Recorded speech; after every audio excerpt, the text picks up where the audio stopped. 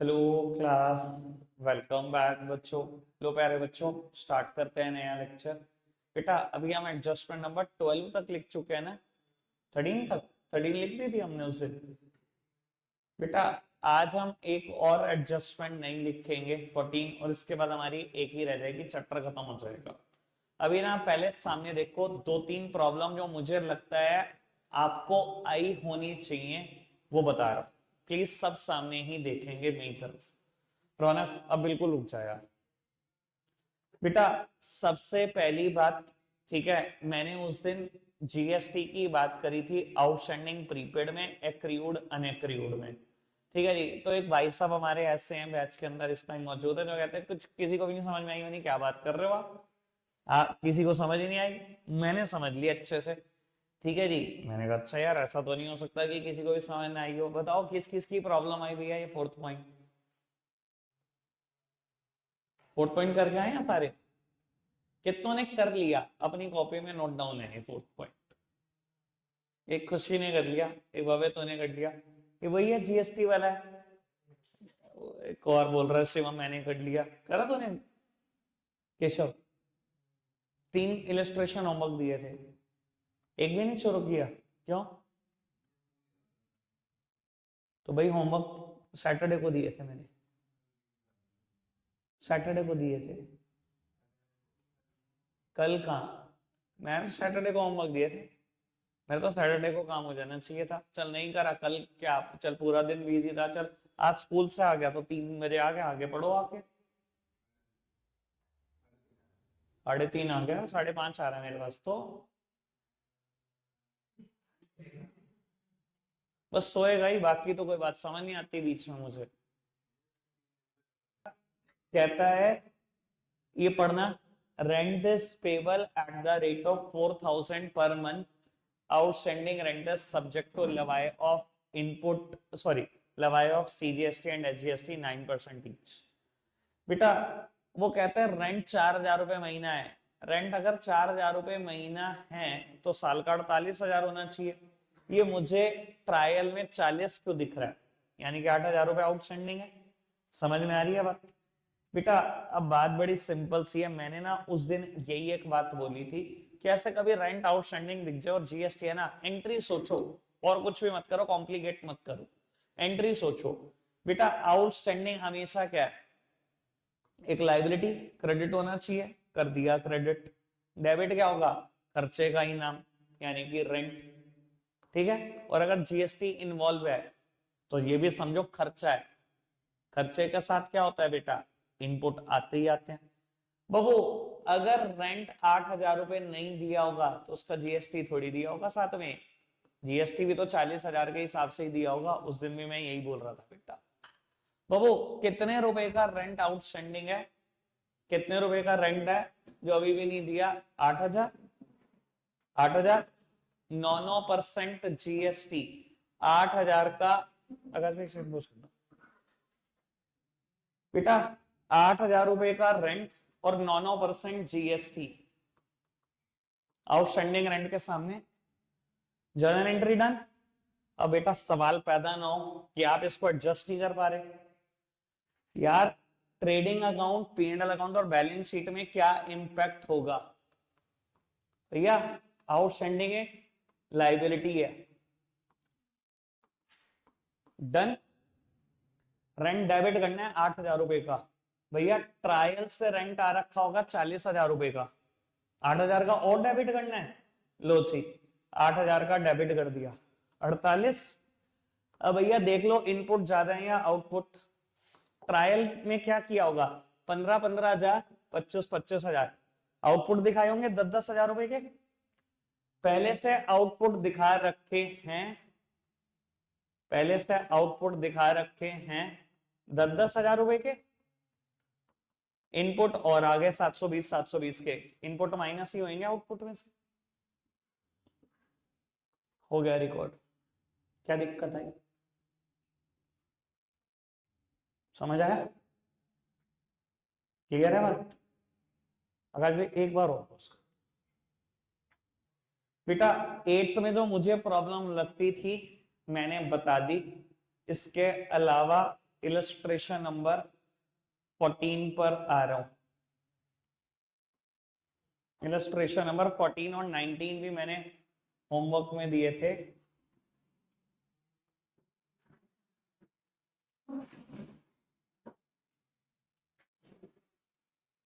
चलो बस बस बस बेटा, इलस्ट्रेशन नंबर 14 जो मुझे खुद से प्रॉब्लम लग रही है वो मैं बता रहा हूं बेटा। पॉइंट नंबर सेकंड कहता है write off 1/5 of the ad expenses. Write off कर दो 1/5 खर्चे ऐड के। और ऐड का खर्चा कितना दिया हुआ है मैं ये भी देख लेता हूं। ऐड का खर्चा मुझे गिवन है बेटा 6000 रुपए। चलो जी देखते हैं इसको। बाबू 1 मिनट वैसे मैं चर्चा कर देता हूँ इसकी। मैंने ना एडजस्टमेंट नंबर बेटा अभी मेरे हिसाब से 12 तक ही लिखवाई है, 13 नहीं लिखवाई। 12 ही लिखवाई है ना, 13 लिखवा दी है। इसका मतलब मैंने कहीं ना कहीं, चलो हो सकता है बेटा। एडजस्टमेंट नंबर 14 अभी आप कुछ लिख नहीं, कुछ भी नहीं लिख रहे, सिर्फ आराम से मेरी बात को समझ रहे बेटा। Adjustment number 14 deferred revenue expenditure. Deferred revenue expenditure लो जी चर्चा करते हैं बेटा इसकी। इधर देखना बेटा, ये कोई मैं पहली बार चर्चा नहीं कर रहा, 2 बार कर चुका हूं, तीसरी बार कर रहा हूं। मैं बता देता हूं कब कब की है, आप कहोगे विद प्रूफ दिखा दूंगा। अकाउंटिंग कंसेप्ट्स जब कराया, अकाउंटिंग प्रिंसिपल जब पढ़ाए, तब मैंने डेफर्ड रेवेन्यू एक्सपेंडिचर की चर्चा करी मैचिंग कंसेप्ट में। चाहे उठाकर देख लो आज वीडियोस उसकी, ठीक है। जिस दिन रेवेन्यू और कैपिटल एक्सपेंडिचर समझाए, कैपिटल एंड रेवेन्यू करके चैप्टर है, तो मैं थ्योरी एक ही दिन में खत्म कराया, अगले दिन बेटा इसकी चर्चा करी। चाहे उठाकर देख लो वीडियोस में 2 बार, तीसरी बार आज कर रहा हूं, आराम से सुनना बेटा। कुछ खर्चे ना अपने नाम से रेवेन्यू होते हैं, लेकिन अगर वो मुझे 1 साल से ज्यादा के लिए बेनिफिट दे तो। देखो ट्रेडिंग और P&L अकाउंट में मैं क्या दिखाता हूं तुम्हें इन डिटेल, आज थोड़ी सी बात और बता रहा हूं, क्योंकि मेरी बातें लिंक तो होंगी आज नहीं तो कल। तो बेटा थोड़ी सी बात बताता हूं। पूरे ट्रेडिंग एंड P&L अकाउंट में डेबिट साइड पता है क्या जाता है? रेवेन्यू एक्सपेंडिचर, जो खर्चे एसेट नहीं बनाते। पूरे बेटा ट्रेडिंग और P&L अकाउंट के क्रेडिट साइड पता है क्या जाता है? Revenue receipts. बैलेंस शीट में लायबिलिटी साइड कैपिटल रिसीट्स, और बेटा एसेट साइड कैपिटल एक्सपेंडिचर, ऐसे जाते हैं, ठीक है। ये वो खर्चे हैं जिनका benefit with in 1 year exhaust हो जाता है, जो एसेट्स कभी नहीं बनाते। अब बेटा कुछ खर्चे नाम से रेवेन्यू होते हैं, लेकिन अगर मुझे 1 साल से ज्यादा के लिए बेनिफिट दे तो उनका क्या करूं? जैसे कि एक खर्चा है बेटा, मैं हमेशा एग्जांपल देता हूं, एक ही एग्जांपल है एडवर्टीजमेंट, एड। मान लो बेटा मैंने भारत माता चौक पे एक ऐड करा दिया, सक्सेस मंत्र अपने इंस्टीट्यूट का, ठीक है। नॉर्मल सा फ्लेक्स बोर्ड लगा दिया मैंने, 1 महीने के लिए फ्लेक्स बोर्ड लगाया। अच्छा 1 ही महीने के लिए बेनिफिट देगा लोगों के दिमाग में, अच्छा लोगों ने दिन रात भी ऐड देख लिया तो 2-3 महीने तक इमेज रह जाएगी दिमाग में, बस। बेटा नॉर्मल खर्चा कहां जाना चाहिए? P&L अकाउंट में दिखा दो, टू रेवेन्यू, ठीक है। लेकिन मान लो वो बोर्ड मैंने बेटा 2-3 साल के लिए लगवा दिया। मान लो मैंने नगर निगम में टैक्स जमा करा दिया 3 साल का, और 3 साल के लिए वो खर्चा कर दिया। 3 साल तक वहां बोर्ड लगा रहेगा मेरा, लोग देखते रहेंगे, मेरे पास आते रहेंगे, तो क्या करूं? बेटा नाम से जरूर ये खर्चा रेवेन्यू लग सकता है। नाम से तो लग रहा है, ऐड कौन सी एसेट बनाता है? ऐड कोई एसेट बनाता है? नहीं जी, कहां दिखाना चाहिए? रेवेन्यू। लेकिन मेरी बात भी समझो, वो मुझे 1 साल के लिए बेनिफिट नहीं दे रहा, वो मुझे 3 साल के लिए बेनिफिट दे रहा है। अगर कोई चीज 1 साल के लिए बेनिफिट देती है वो ट्रेडिंग P&L में जाती है। अब कहां दिखाऊं इसको भैया? अब सोचो तो, अगर 1 साल से ज्यादा के लिए बेनिफिट दे रही है अब तो भैया एसेट है वो।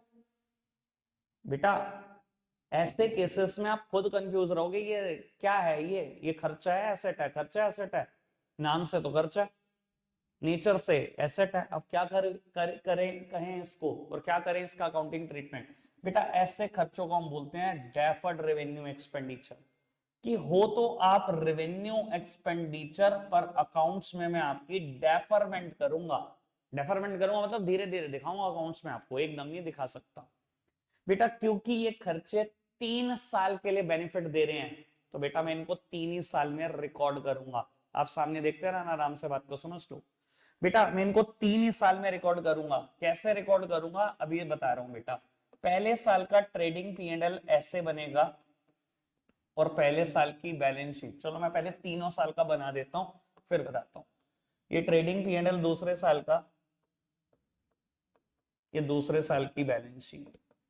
ये ट्रेडिंग P&L तीसरे साल का, ये तीसरे साल की बैलेंस शीट। सुनना, मान लो बेटा मैंने खर्चा किया एड पर 90,000, 3 साल का खर्चा होगा 90,000। सामने देखना, मैंने एड नाम की एसेट बनाई 90,000, 3 सालों के लिए बेनिफिट दे रहा है, 3 सालों में खर्चा डाल दो। मैचिंग कंसेप्ट भी यही बोलता था, match your expenses with your revenue and match your revenue with your expenses. याद है बात आपको? अपने खर्चों को इनकम से मैच करो, इनकम को खर्चों से मैच करो। अगर 3 साल की सेल बढ़ेगी मेरी, सेल क्रेडिट में ही आती है ना ट्रेडिंग के, अगर 3 साल की सेल बढ़ेगी तो खर्चे भी कितने में दिखाऊंगा? 3 में ही दिखाऊंगा ना। ठीक है जी। तो बेटा इसको मैंने मन में ही डिवाइड कर दिया 3 से, यानी कि हर साल मुझे कितना खर्चा दिखाना है? 30,000। अब सुनो जी, मैंने ऐड का खर्चा दिखाया 90,000, यहाँ वर्ड लिखा रिटर्न ऑफ। अभी बताऊंगा रिटर्न ऑफ का मतलब क्या होता है। 30,000 हर साल दिखाऊंगा जी। पहले साल 60,000 की एसेट बची, खर्चा दिखाया एड एक्सपेंसेस 30,000।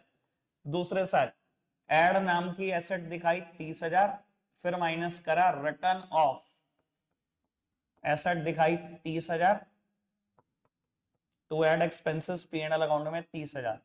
तीसरे साल एसेट दिखाई 30,000, माइनस करा रिटर्न ऑफ 30,000, ऐड हो गया 0, P&L अकाउंट में दिखा दिए 30,000। बेटा अब प्रैक्टिकली देखो तो हुआ क्या, तीनों साल के P&L अकाउंट में मुझे 30,000 का खर्चा दिख रहा है। 90 के 90,000 का खत्म, 3 साल में खत्म करा। पहले साल मैंने इसको 60,000 डेफर करके रखा हुआ है। डेफर करके मतलब, डेफर करके मतलब बुक्स ऑफ अकाउंट्स में नहीं दिखाया।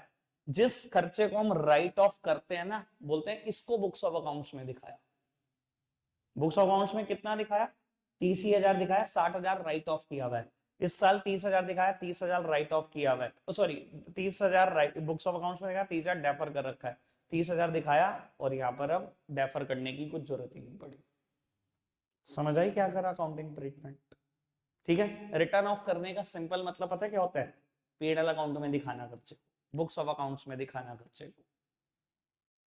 क्लियर है बात?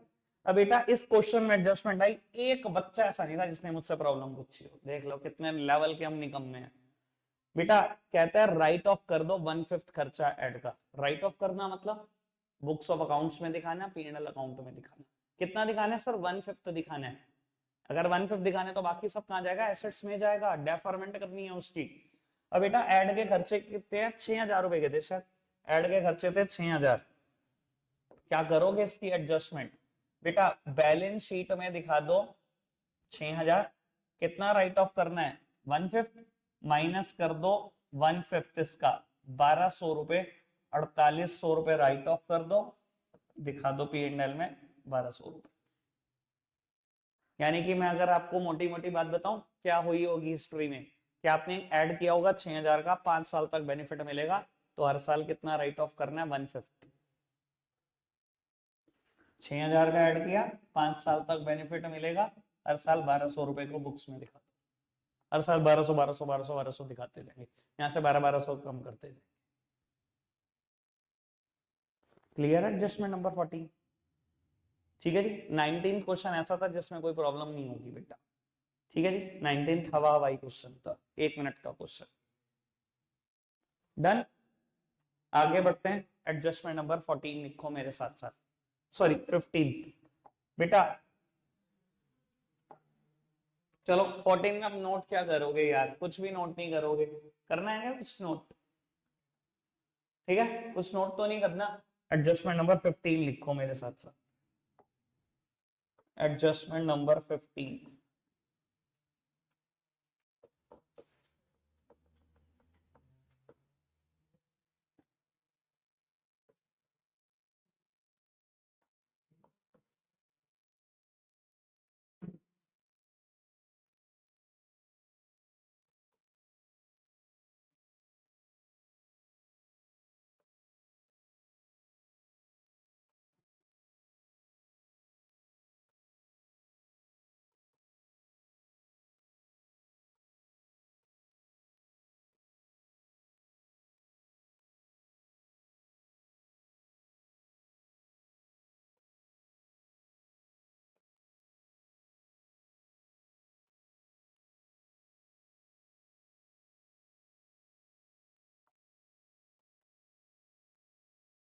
काढ़ा ना खा लियो।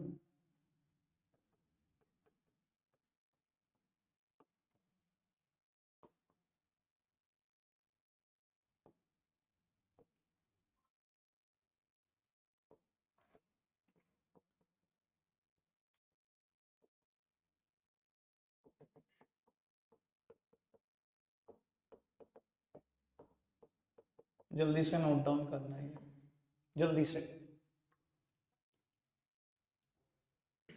बेटा क्या ये बात नहीं कर रहा हूं सर, 1% भी नहीं है। जीएसटी जिसने किया उसको ये बात एडवांस में आती है, तो मजाक है। एडजस्टमेंट नंबर 15 है मेरी तरफ से, ये मजाक है। बेटा एक प्रोपराइटर है, उसने पर्सनल पर्पस के लिए 20,000 का गुड्स निकाल दिया, ठीक है, जर्नल एंट्री क्या करोगे? बेटा ड्रॉइंग्स हमेशा डेबिट होती हैं, ठीक है जी, ड्रॉइंग्स को कर दो डेबिट। और ड्रॉइंग्स में बेटा पैसे नहीं जा रहे, पैसे जा रहे होते तो टू कैश या टू बैंक, ठीक है जी, जा क्या रहे हैं गुड्स, तो टू परचेज अकाउंट। लेकिन साथ ही साथ बेटा इनपुट रिवर्स करने मत भूलना, ठीक है जी। जिनको याद नहीं आ रहा मैं कोशिश करूंगा बड़ी जेन्युइन सी कि मैं याद करा सकूं। बेटा गवर्नमेंट ऑफ इंडिया ने एक बात बोली हुई है कि परचेस के टैक्स की छूट ले लेना, प्रोवाइडेड, शर्त क्या है, सेल पर टैक्स दे देना। सेल पर टैक्स जरूर देना पड़ेगा। इधर देखो पहले मेरी तरफ, लेकिन हमें ध्यान मत दो बाबू। आप गुड्स खरीद कर लाए, तुरंत एंट्री करते हो purchase account debit, input CGST debit, input SGST debit to cash. ये इनपुट का क्या मतलब है? अगर मैं डेबिट कर रहा हूं, एसेट बना रहा हूं, मतलब मेरा बेनिफिट्स है, बेनिफिट है तभी तो डेबिट कर रहा हूं। बेटा ये बेनिफिट सरकार क्यों देती है? क्योंकि आप सेल पर टैक्स दोगे, बेनिफिट लेने की शर्त ही है ये, सेल पर टैक्स दोगे। और मैं ये कहूं अगर आप सेल कर ही नहीं रहे गुड्स, तो ये देखो आप गुड्स घर पर ले गए, आप गुड्स घर पर ले गए ना, आपको क्या लग रहा है कि घर पे लेके तो क्या हो गया, ड्रॉइंग्स टू परचेज, ये इनपुट क्यों रिवर्स करा रहे हो? बेटा सरकार इनपुट रिवर्स करा रही है क्योंकि आप बेच नहीं रहे हो। देखो आपको लगेगा कि यार क्या हो गया, क्योंकि मैंने अमाउंट 20,000 लिए ना, तो आपको कुछ नहीं लग रहा है ये, तो आपको लग रहा है कि यार इनपुट क्यों रिवर्स करने। ये सोचो मैंने 1 करोड़ के गुड्स खरीदे, ठीक है, 1 करोड़ के ऊपर बेनिफिट लिया 9% 18 लाख रुपए, ठीक है जी। और थोड़े दिन के बाद का मैंने 1 करोड़ की ड्रॉइंग्स कर ली, सारा गुड्स अपने घर ले गया। सरकार क्या कहेगी, कोई नहीं, बेनिफिट तो हमारे पास रखो, 18 लाख रुपए का है। लगा ना, जैसी अमाउंट बड़ी होती है तब सोचना आ जाता है, समझ नहीं दे सकती ना सरकार वो बेनिफिट। क्या कहेगी सरकार, बेनिफिट रिवर्स कर भाई, ना तो बेच रहा ना तो सेल का टैक्स दे रहा, अपने घर ले गया, तू तो बहुत बढ़िया आदमी है, मुझे नुकसान हो गया तेरे चक्कर में 18 लाख रुपए का। समझ रहे हो ना बात? तो बेटा अगर आप गुड्स बेचोगे नहीं, कोई भी इस्तेमाल करोगे और कोई भी इस्तेमाल, हमेशा टैक्सेस रिवर्स होंगे ही होंगे। मैंने 20,000 रुपए का गुड्स ड्रॉइंग्स में ले गया हूं बेटा, 9% सरकार जीएसटी भी रिवर्स करा देगी, यानी कि टोटल ड्रॉइंग्स कभी भी 20,000 नहीं है। कितना नुकसान होगा टोटल आपको ड्रॉइंग्स करने पे? 20,000 के तो गुड्स गए बिजनेस से, 1800 का जीएसटी भी गया बिजनेस से, यानी कि जो ड्रॉइंग्स का नुकसान हुआ वो 23,600 रुपए का। ठीक है जी, बात समझ में आती है? और जो बात ड्रॉइंग्स के लिए है, क्या सेम बात चैरिटी के लिए? अगर मैं कहता मैंने 20,000 के कुछ दान दे दिए तो भी सेम बात, चैरिटी अकाउंट डेबिट, बाकी सब कुछ कट कॉपी पेस्ट सेम। और अगर मैं कहता मैंने सैंपल में बांट दिए तो बेटा एड अकाउंट डेबिट, बाकी सब सेम बात।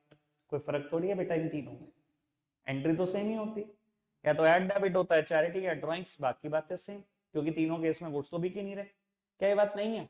ईमानदारी से बताना, पड़ी नहीं जीएसटी में सेम एंट्री, सेम पढ़ रखी है? अब इम्पैक्ट देख लो बेटा, ये दोनों पीएनएल अकाउंट के खर्चे हैं, 23,600 के ये पीएनएल में चले जाते।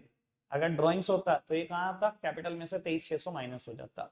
तीनों ही केस में परचेस में से 20,000 रुपए कम कर देते, परचेस हमेशा डेबिट होती है, अगर यहाँ क्रेडिट दिख रही है परचेस में 20,000 कम, तीनों केस में इनपुट को कम कर देते हम 18,800 रुपए। बस जर्नल एंट्री आनी चाहिए, इम्पैक्ट तो हो गया। जिनको जर्नल एंट्री की इंपॉर्टेंस समझ नहीं आ रही थी ना पिछले 7 दिनों में, दोबारा इंपॉर्टेंस समझा दी मैंने। जिनको लगता है जर्नल एंट्री कुछ नहीं है, पूरा फाइनेंशियल स्टेटमेंट इस दम पे करा सकता हूं पूरा। आई होप ये बात अब क्लियर है, समझ में आती है बात? ठीक है जी, एडजस्टमेंट नोट की हुई है, एग्जांपल नोट किया हुआ है, सॉल्यूशन नोट नहीं किया, कोई दिक्कत नहीं है, रुक जाओ, अभी इसमें मेरे को काफी आगे बढ़ना है। ठीक है, 2-3 बातें और डिस्कस करनी है बेटा, इसी का सेकंड पार्ट। ठीक है, इसी का सेकंड पार्ट। मान लो एग्जांपल ये हो, लॉस बाय फायर और थेफ्ट, या ऐसे ही नहीं लिखते,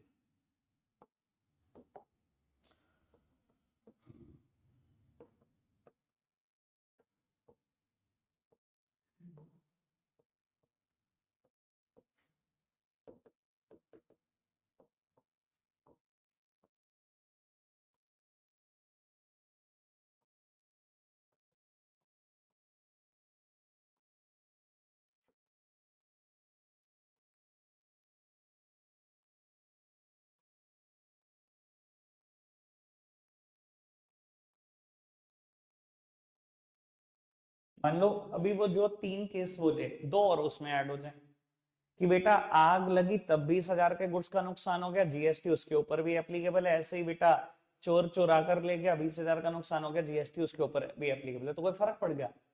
ठीक है। अच्छा क्या बताओ, एंट्री क्या होगी? गुड्स बेचे, आग लगने पे गुड्स बिके, या चोर के चुराने पे गुड्स बिके? नहीं बिके। बाबू अगर सरकार को बेचने का जीएसटी नहीं मिल रहा तो सरकार खरीदने के जीएसटी का कैसे बेनिफिट दे सकती है? बेनिफिट रिवर्स होंगे, यानी कि एंट्री फिर सही। यहाँ क्या हो जाएगा? Add loss by fire add हो जाएगा, या लॉस बाय थेफ्ट ऐड हो जाएगा। यानी कि पांचों केस में एंट्री सेम होती है। कोई दिक्कत कोई परेशानी तो नहीं? मानते हो पांचों केस में एंट्री बिल्कुल सेम होती है? ये पांचों केस वहां पर भी थे, वहीं पर भी थे, जीएसटी में भी सेम चर्चा की है। ठीक है। अब मैं लेकिन इसको और आगे बढ़ा देता हूं। And insurance company accepted the claim of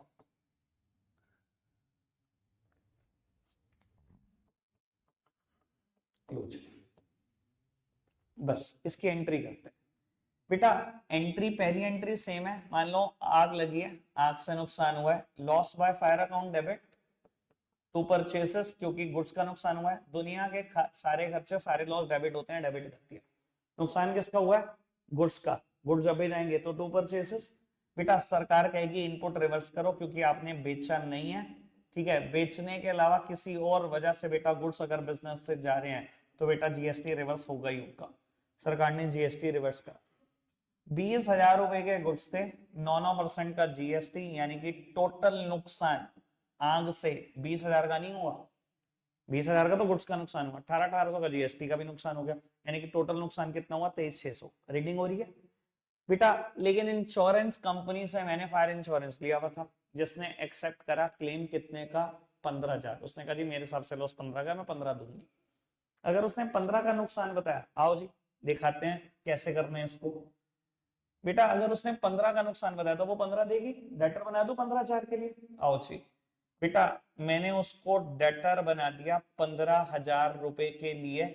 अपना सारा लॉस खत्म कर दिया, जितना लॉस डेबिट है सारा क्रेडिट कर दो।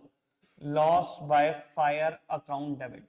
बेटा 23,600 का लॉस है, उसने कहा मैं 15 दूंगी, यानी कि 8600 का लॉस सही में मेरा ही हुआ है। अच्छा मेरा लॉस है और मुझे समझ नहीं आ रहा क्या नाम लिखूं, तो आपको पता ही है बेटा नाम क्या होता था। यही दो एंट्री करूं, कोई दिक्कत कोई परेशानी तो नहीं? और जब इंश्योरेंस कंपनी से पैसे आ जाएंगे तो अगली एंट्री क्या होगी? पैसे आ गए बैंक अकाउंट डेबिट तो इंश्योरेंस कंपनी। यही होगा, यही होगा।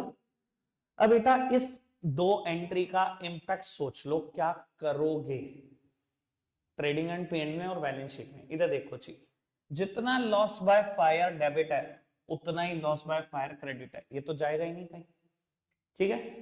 परचेस को 20,000 से कम कर लोगे, गुड्स परचेजेस जो ट्रेडिंग अकाउंट में लिखते हो 20,000 से कम कर दोगे। दोनों इनपुट्स एसेट में से माइनस कर दोगे 18,100 रुपए। ठीक है जी। इंश्योरेंस कंपनी को डेटर बना लोगे बैलेंस शीट में, बैलेंस शीट में एसेट में डेटर लिख दोगे इंश्योरेंस कंपनी, ब्रैकेट में लिख देना डेटर। 15,000 रुपए इंश्योरेंस कंपनी से लेने हैं। और पीएनएल अकाउंट में डेबिट साइड दिखाना। जब किसी भी अकाउंट में पोस्टिंग करते हो तो कैसे करते हो?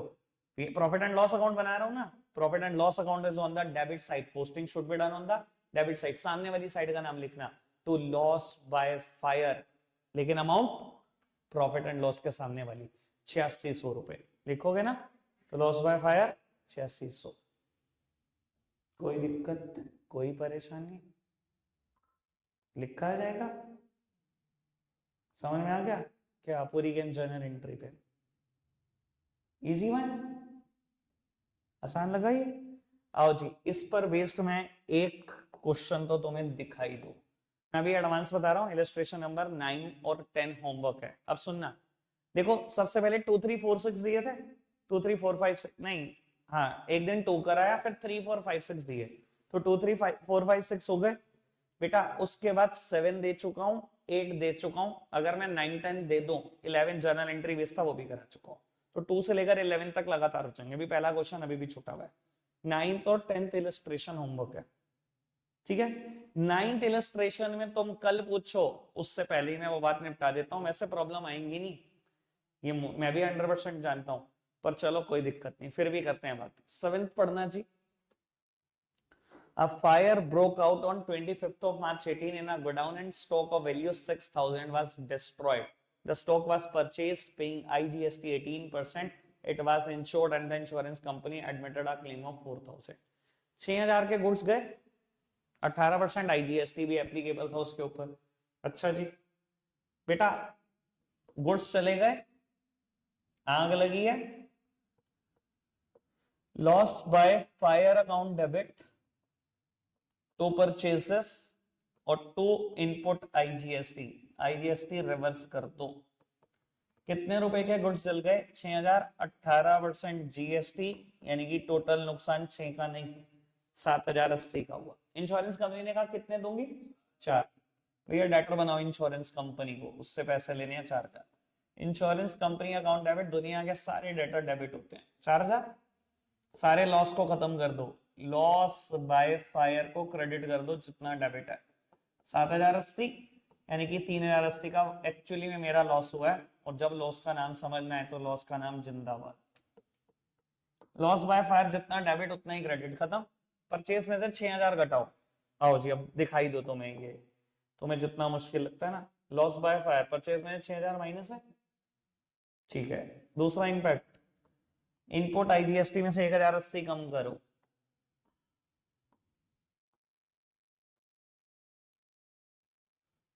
इनपुट आईजीएसटी में से 1,080 कम कर दिए, ठीक है। दूसरा इंपैक्ट, इंश्योरेंस कंपनी को डेटर बनाओ 4,000 से। इंश्योरेंस कंपनी ये देखो डेटर बनी हुई है 4,000 से, ठीक है। इंश्योरेंस कंपनी को भी डेटर बना दिया 4,000 से। प्रॉफिट एंड लॉस अकाउंट में डेबिट साइड दिखाओ, टू लॉस बाय फायर 3,080।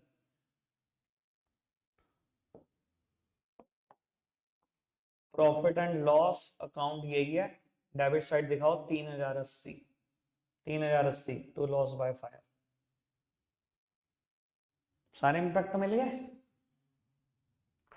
ठीक है ना। ऑल ओके, पूरी एडजस्टमेंट समझ में आई, पूरा ट्रीटमेंट समझ में आया, कुछ मुश्किल तो नहीं। एक आखिरी बात, ये काम करो यार, पहले ना तुम लिखो, आखिरी बात करते हैं, 2 मिनट में करते हैं। यहां तक कर चुके हो ना, यहां तक लिख चुके हो ना, सॉल्यूशन निकला, 5 बातें लिख देना, 5 बातें, एंट्री तो सही नहीं है, जल्दी करना है काम। बेटा इसका लास्ट एग्जांपल लिखना, इसी का लास्ट एग्जांपल।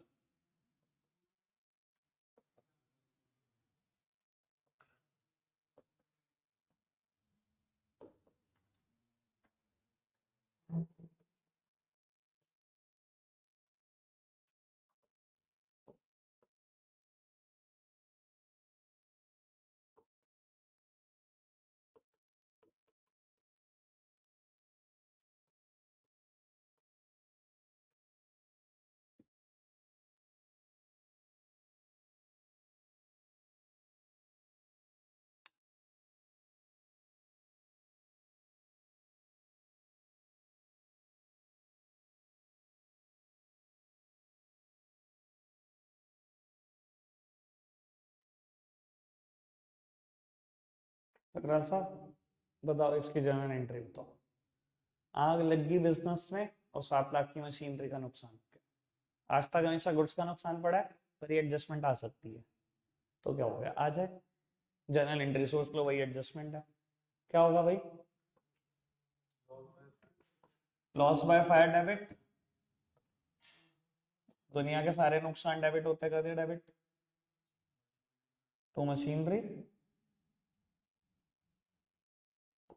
7 लाख रुपए। अब एक बार बताओ, क्या चीज को कहां दिखाओगे? मशीनरी में से 7 लाख कम कर दोगे, मशीनरी एक एसेट है, डेबिट होनी चाहिए, क्रेडिट है मतलब कम हो रही है, मशीनरी में से 7 लाख कम कर देना एसेट में। लॉस बाय फायर को कहां दिखाओगे?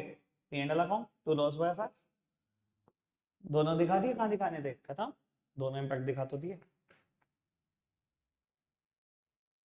ठीक है।